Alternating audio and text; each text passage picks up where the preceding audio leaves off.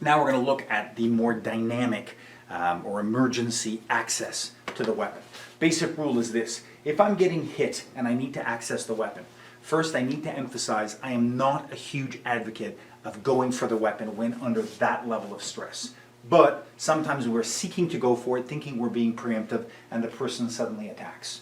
Secondly, sometimes you'll find yourself in the middle of things and you have enough presence of mind while shielding and while retaliating to go for the weapon. That's fine.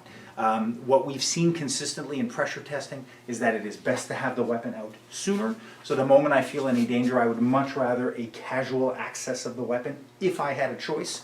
Learn to detect, see things sooner, and prepare as soon as possible. But if I do go for it under stress, need a little bit of training on this, guys. The intermediate to advanced people are consistently the ones that pull it off. Novices mess up and don't do it well. So you got to train. Again, the purpose of this download is to give you simple. So I'm not going to give you the usual multiple choices of shields. What I advocate is this. What I use for my personal is this. I want a horizontal front shield with my front hand. Just like a sort of Joe Frazier style of boxing shield. From this position, I'm looking to couch my face into the meat of the arm, like I'm bouncing off my arm. That allows me to offer the bone of the forehead and the elbow and to look up at any point. This is also going to be very important when we get into OC and aerosol sprays, because it allows me to wipe and clear my face if I get cross-contaminated. My front shield is coming up. My backhand is accessing my cloth. There are three basic schools of thought: single hand, subtle access, which, as I've stated elsewhere many times, is great for low profile openings because I'm in cognitive control. But if I'm under stress, very often I'll fumble or I'll get it, and as I go back for the weapon, I drop the fabric. So I believe you should divide it in two, if not three motions.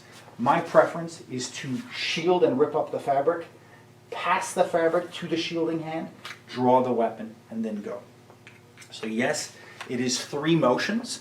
But if we talk about speed, speed is not about having less actions, it's about having fast actions. And if I use smaller motions, I recruit the twitch fiber in the muscle, whereas long motions are using the longer fiber, the slower reactions in the muscle. When I use long motions, single motions, if something messes up, I have no redundancy. But if I have two or three small motions, the first motion doesn't work, my second hand can still access. So imagine I slip on first, I could catch with second, right? If I go here, I miss, the second goes, I can still catch. So I would rather dog paddle at my shirt. 1, 2, 3, draw, punch.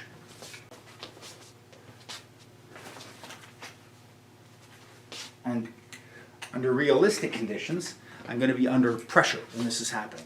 Those are shielding up and punching here. I could be working with my hits, still working with my hits here, shield, grab, and then I'm ready to punch. And that's how I train it. I train it to exist always in this blitz. Up, hammer fisting from my elbows, vertical, horizontal,